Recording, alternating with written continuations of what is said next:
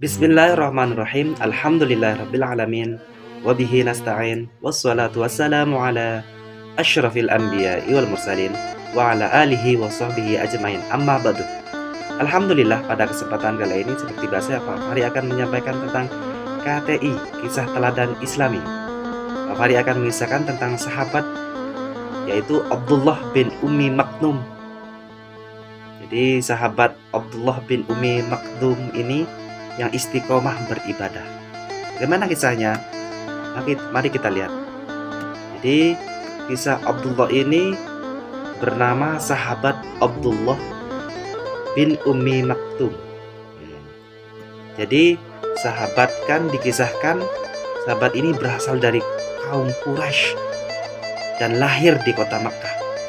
Sejak lahir Abdullah sudah tidak bisa melihat atau buta. Meskipun tidak bisa melihat, ia selalu bersemangat menjalani dan mengisi hari-harinya dengan belajar tentang Islam. Pada saat itu, kaum muslim menghadapi penindasan dari kaum Quraisy. Mereka dikucilkan, ditakut-takuti, diancam, dan berbagai siksaan lainnya.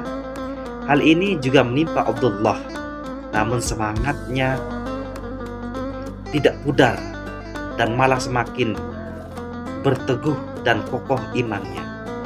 Suatu hari Abdullah menghampiri Rasulullah dan hendak meminta izin kepada Rasulullah untuk tidak sholat ke masjid karena tidak ada yang menuntunnya menuju masjid. Mendengar alasan itu, Rasulullah bertanya, "Apakah engkau mendengar adzan?" Abdullah lantas menjawab, "Tentu baginda." Rasulullah pun menjawab, "Kalau begitu tidak ada keringanan untukmu."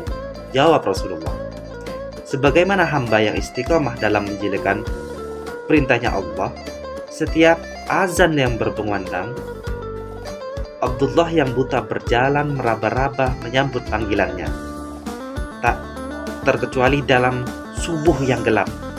Hingga suatu ketika Abdullah tersandung dalam sebuah batu hingga tersungkur. Darah pun mengalir di wajahnya. Namun Abdullah segera bangkit sambil mengusap darah yang membasahi wajahnya. Ia pun melanjutkan perjalanannya menuju masjid. Saat itu ada laki-laki yang ramah, selalu menjemput dan menuntun Abdullah pulang pergi ke masjid setiap waktu sholat tiba. Hal ini tidak hanya sekali dilakukan lelaki asing itu. Setiap hari ia selalu menuntun Abdullah ke masjid dan kemudian mengantarkan ke dalam rumah.